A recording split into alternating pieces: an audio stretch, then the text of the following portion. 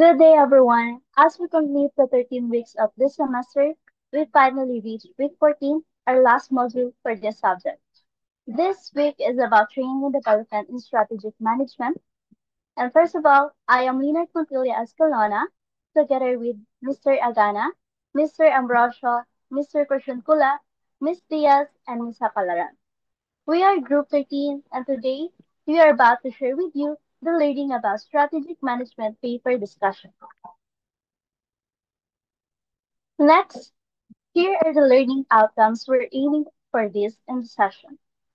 First, we want to strengthen our skills in student-led presentation. This is about owning the content and delivering it clearly. Second, we will practice peer evaluation because feedback helps us grow, so learning how to give and receive is an important part of this session. Third, we aim to demonstrate professional presentation skills. The way we communicate is just as important as the knowledge we share. And lastly, we will integrate all the concepts we study this semester into one capstone project. This ties everything together and shows how the pieces connect in practice. So these outcomes will guide our flow today and help us measure if the session is effective. To start off with the background importance of this module, let's hear from Rodney Agana for the module introduction. So, for our introduction, training and development have existed in the life of work for centuries, beginning with apprenticeships and on-the-job learning in the Asian societies.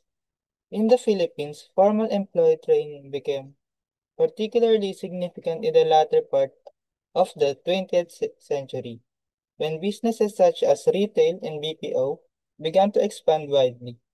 Firms saw that assisting employees acquire skills not only enhances performance but also enhances confidence and career prospects. Training programs are now considered indispensable for professional development and business success, molding employees who can excel in the competitive world of work. So, with that background in mind, we can now dive into the core theories that guide effective training programs started with Jean Marie. So good day, everyone. Today I will be discussing the core theory number one. So let's start with the training needs analysis or TNA.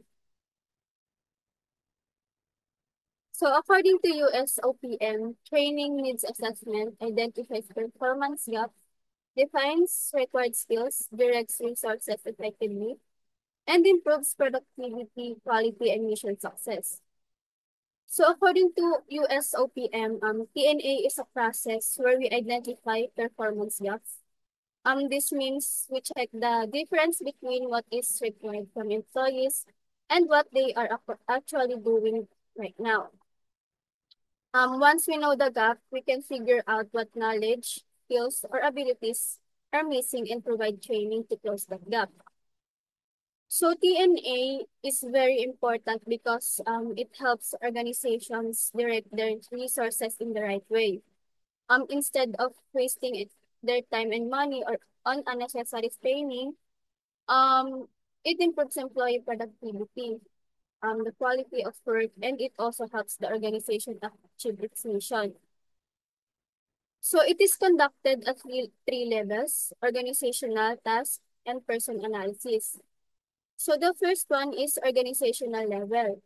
At this level, we look at the big picture. The question here is, what skills does the entire organization need so it can achieve its long-term goals? For example, if a company wants to expand internationally, it may need employees who are skilled in foreign languages or global business practices. It's about aligning training with the company's overall direction and strategy. So the second one is task or operational level. Here, the question is what skills or knowledge are required to do this particular job effectively. For instance, a cashier needs skills in handling transaction accurately, while customer service representative needs strong communication. and solving skills. This level makes sure that employees can perform the day-to-day tasks of their role properly. And the last one is individual level. In this level focuses on the personal needs of each employee. The question here is, what are the person's strengths and weaknesses? And what training will help them to improve? For example, one employee need training in leadership to prepare for a promotion, while another might need to improve computer skills to keep up with the work demands. So this level ensures that the training is personalized and supportive of individual growth. So overall, the TNA makes training targeted and effective, not random. So next, so now let's go to importance of training needs analysis. So according to Lalita Kumari 2017, training builds competencies aligned with organizational strategy, enhancing employee productivity and effectiveness. So training is not just about teaching employees new things. The main idea is to build competencies that match the organization strategies. So this means the skill that employees learn should help the company achieve its long term. For example, if the organization wants to improve customer service, the training should focus on communication, empathy, and service skills. So another important point at the training improves employee productivity and effectiveness. When employees have the right skills, they can perform better and faster. Um, Without needs assessment, training risks being one-size-fits-all program with limited effectiveness.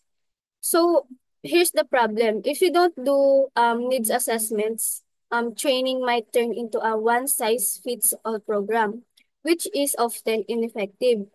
Not all employees need some training, and giving generic training might waste resources and the time of the company. So that's why TNA is very important, and training must always be aligned with the organizational goals because it ensures that the company learning actually contributes to measurable business results like a higher customer satisfaction, better performance, and even increase of profits. So next slide. So so let's go to ADDIE model. We have the ADDIE model, which is very popular framework for creating effective training programs. So the acronym for the stages of a development process: A for analysis, D design, D development, implementation, and evaluation. So these stages must be done in order, but the model also emphasizes reflection and iteration. That means after each stage, we look back, reflect, and make improvements before moving forward to the next step. So this makes the training process more flexible and ensures continuous improvement. So the first step is the analysis. The analysis where we study the current situation of the company and where we identify the gaps that need to be filled. So letter D, which is the design, is where we make a plan for the training and we decide to do an objects and make contents and methods. Development is the stage where we actually create the training materials, like modules, videos, or other activities. So implementation, it is when the training is delivered to the employees. This is where the learning actually takes place. Last stage is the evaluation. Here we measure if the training was effective. We check if the learning objectives were met and decide what improvements are needed. So ADDIE in practice. One of example of ADDIE in practice is in the retail sector like Jollibee or SM. ADDIE is used to design service-oriented training programs. For example, training cashiers or frontliners on how to provide better customer service so the overall customer experience is improved. Other example is in the BPO industry. ADI helps in structured onboarding programs. When new agents are hired, the ADI ensures that they are trained step by step. It also supports continuous skills development so the employee can keep improving while working. Next reporter.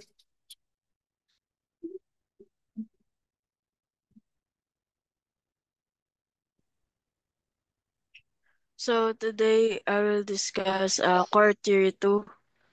Uh,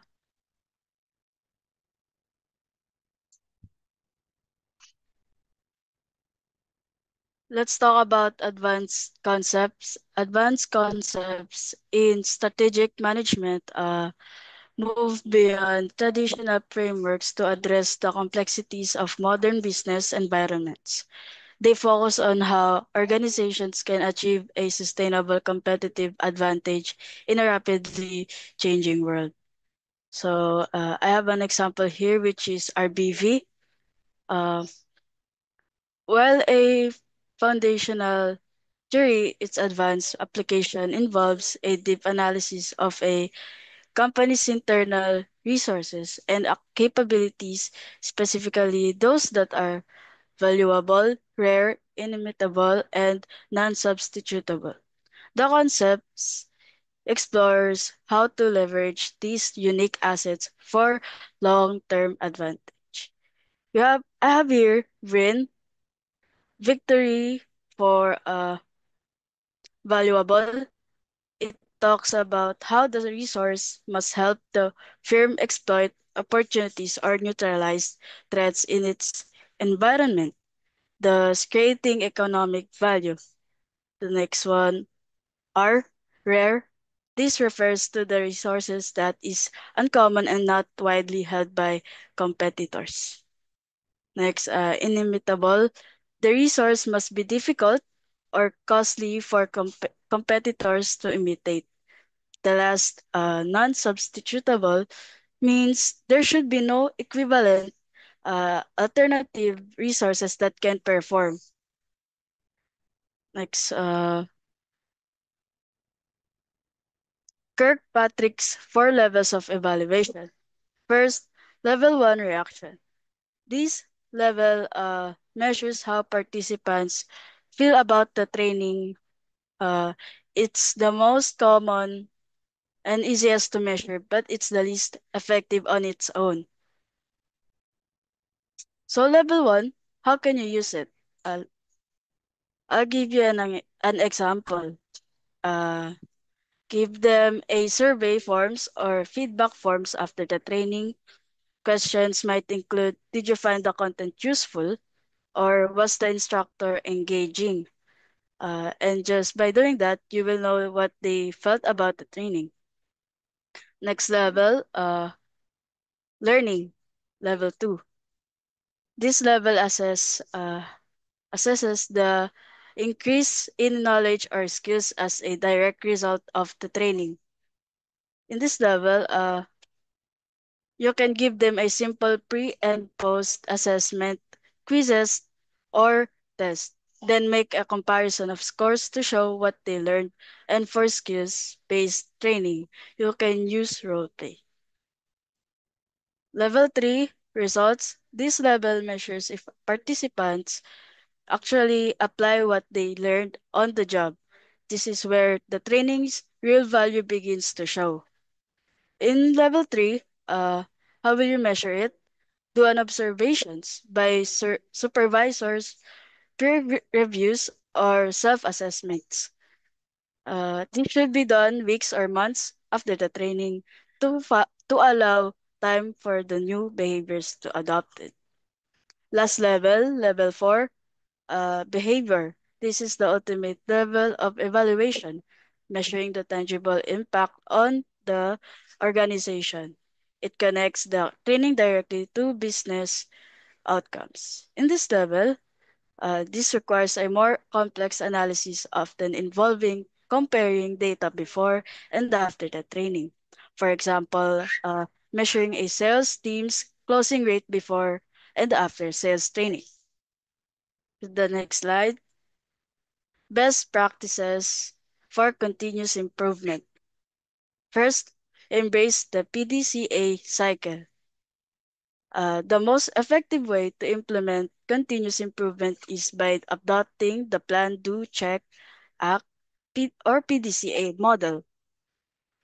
For plan, uh, you need to define the problem and create a clear plan for improvement. Do, implement the training or the change on a small scale.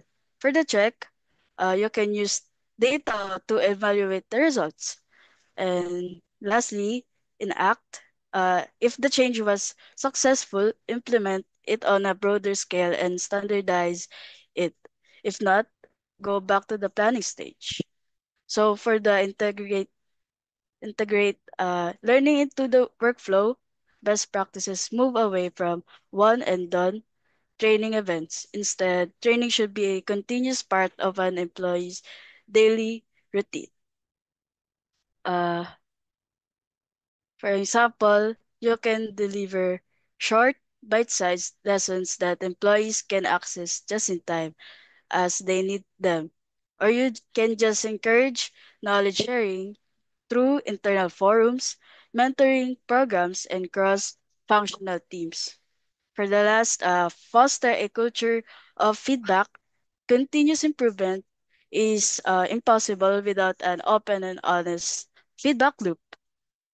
Uh, uh, Another example, encourage the employees to provide feedback on what works and what doesn't. That's it. Next slide.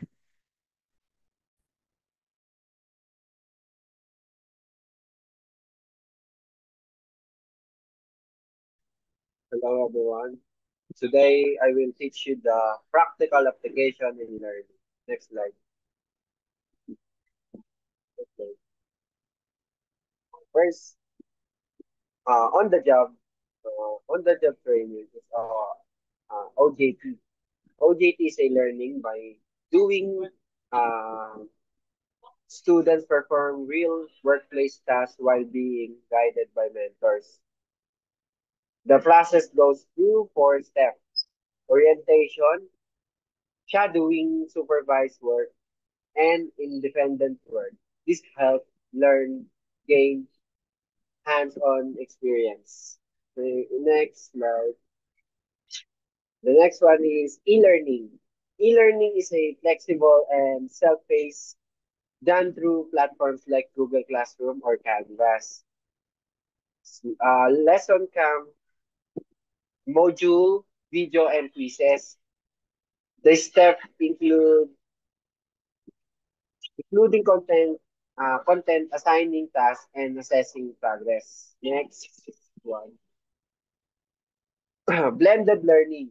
Blended learning mix face-to-face classes with online activities. Classroom times is for discussion and activities, while online work is for self-paced lessons. It gives learners the best of both worlds. Next. Tools for learning. Google Classroom is for organized lessons and assignments. Zoom, Google Meet is for live discussion only. Uh, uh, the Google Forms is for quizzes and surveys. Next one. The last one is step in implementation. First, set clear objectives. Second, chose the right method. Third, plan and prepare materials for deliver the training. Five, monitor and support. And lastly, evaluate and improve. Next, uh, next please. Thank you.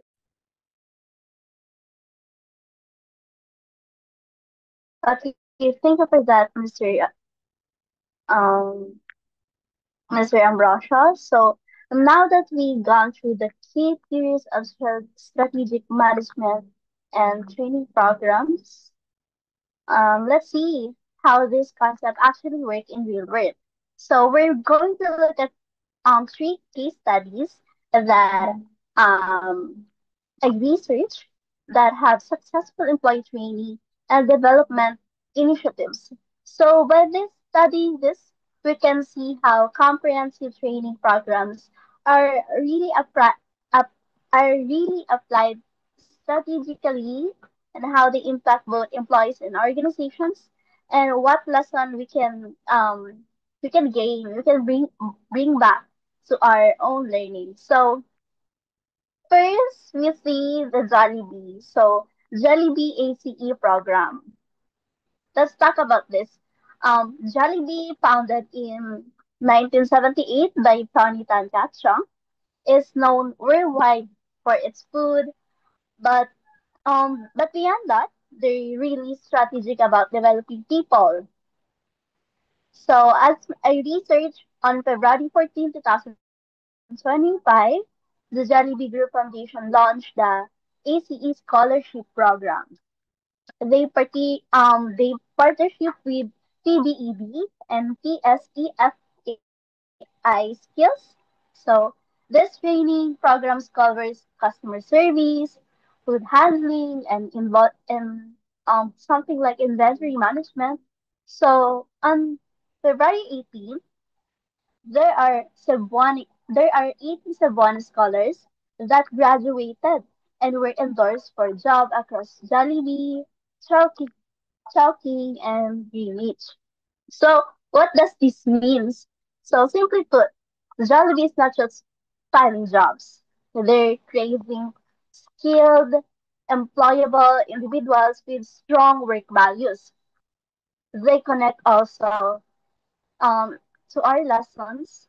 These programs shows how the theories we learn about strategic management and training programs are implemented in our organizations. So this also reinforces our goal that understand how comprehensive training programs that prepare employees for success and support business growth. And for the next one, our next case study is the SM Supermalls, nurturing people first leadership. So we all know that SM is very huge. They operate 88 malls in the Philippines and 8 in China. But what stand out is their people first approach. According to Philstar News, September 15, 2025, SM won the HR Asia Award for Excellence in Leadership, Care, and Innovation. So it's wonderful. Their programs focus on employees' wellness, growth, inclusion, and digital learning tools that strengthen their engagement. So, what's this purpose or what's the importance of this? So, SM that shows that the development employees strategically is key to both business and community success. It's a two-way process. So for us students, like HRM, this case study connects directly to our learning outcome of analyzing and presenting real-world success stories. And it also demonstrates how professional presentation skills can help us explain complex programs in a clear and understandable way to any audience. So, lastly, I have researched the last case study that's very interesting is the case study of Anna's journey. You can search it in PhilBeam Star Corner January published on January 10, 2024. So after I read Anna's story and looking back at Jollibee and SM Supermalls, we can really see a pattern that these companies are just giving people jobs. They're helping them to grow, gain confidence, and build meaningful careers. So training programs here um, aren't just boxes to check. They are strategically designed to help employees succeed, and at the same time, they help the organizational succeed too. So what's really inspiring if you read that story of Anna is that these are real people lives being changed. Um, the Anna example, she went from struggling to support herself to leading teams and training others, all because the company invested in her skill. That's exactly what strategic management and HR, human resource training, aim to do, to create opportunities, improve performance, and make positive impact on both employees and the community. So that three case studies is really inspiring, and at the same time, as a human resource student, this really helped us to know the real world experiences. So that wrap up my fire part covering the case studies from Jollibee, SN, and BPO industry. So now next we'll move on to the elements, questions, and scenarios, which Mr. Portionkula, will be walking us through. Yeah. Good day everyone, I'm Sebastian Porciuncola, and I'll be handling the interactive elements. I prepared some questions for my members to answer and have a good connection and great understanding about our chapter. Next. Number 1. Scenario-based question. Let's start with a scenario. Imagine that you are the HR trainer and you need to train new employees fully online. Which would you choose? Google Classroom, Zoom, or blended learning? And why would that be your choice? Yes, Miss Linard. So if I am HR trainer, I'll choose Zoom because it allows me to interact um interact to employees in real time, and I can explain concept clearly and answer their question right away. Uh, Thank you, Miss Linard. So next is here's another scenario. Let's say your training is evaluated at Kirkpatrick level 1. What kind of feedback do you think you would see? Usually, this level measures whether participants like the training or not. What do you think, Miss Sapalaran? I would say suggestions for improvement, like add more examples or reduce the numbers of slides. Thank you, Miss Sapalaran. Next, please. Next, number 2, reflection prompts. Now let's move on to reflection. Which training method do you think is the most effective for long-term skill development?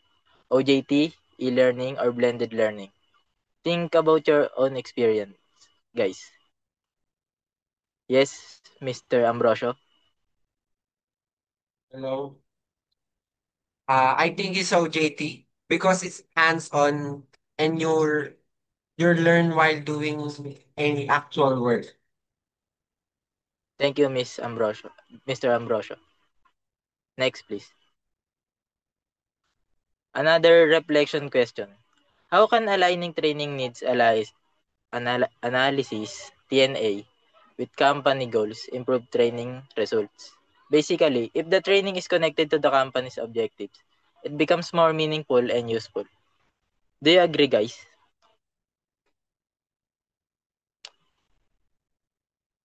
Mr. Agana? Yes, I agree because it prevents wasting resources since the training is actually useful. Thank you, Mr. Agana. Next, please. Number 3, quick Q&A and polls. Let's do a quick poll. Raise your hand if you prefer OJT. How about online training?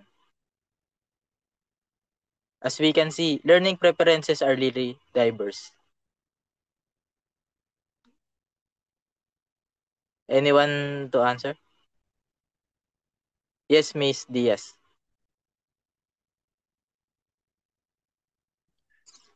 So most of us prefer OJT, meaning we value hands-on experience. What about Mr. Ambrosio?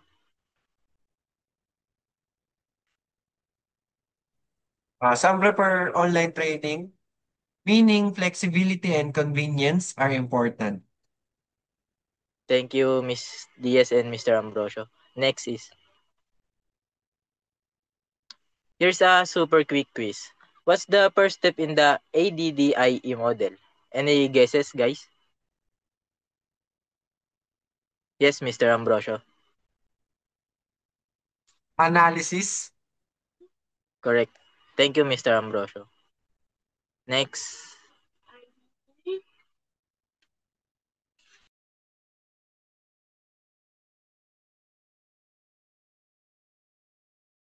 Now, number 4, discussion activity. For our final activity, I like to share one training experience you had, either in school or at work, and try to identify which stage of the ADDIE model it reflects. For example, if it began with assessing what skills you needed to improve, that's the analysis stage. If it focused more on creating the lesson plan, that's the design stage.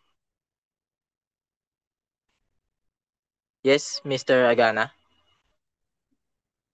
For me, when our teacher asks us what topics we don't understand, that's analysis. Thank you, Mr. Agana. And what about Miss Sapalaran? When they prepared PowerPoints and activities, that's designs. Thank you, Miss Sapalaran. Miss Diaz? When we actually did the training, that's implementation. Thank you, Miss Diaz. And last, Miss Linhart. For me, when they give quizzes and evaluation, I think that's evaluation. Thank you, Mr. Agana, Sapalaran, Miss Diaz, and Miss Linhart. So that's it for the interactive elements. The goal here is to make the session more engaging and to connect the theories to real life situation. So to wrap things up, what we've learned today is that training and development isn't just about giving employees new skills. It's really a strategic investment that helps us both people and organizations grow. We talk about the importance of training needs analysis using models like ADDIE and the resource-based view, and how Kirkpatrick's evaluation model helps us check if training is truly effective.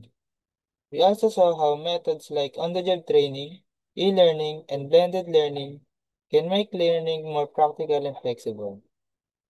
Through our case studies, like Jollibee's ACE program, SM's People First approach, and Anna's story in the BPO industry, we saw how training creates real opportunities and lasting impact. Next slide. So looking ahead, a challenge for organizations is to keep building sustainable, tech-driven, and people-centered programs, while always improving through feedback and evaluation. Next slide. And of course, we'd like to acknowledge the resources we use, our course modules, journals, HR news, case studies, and local HR practices, which really help us to build this discussion. So thank you for listening, and we hope you take these insights with you as future HR professionals.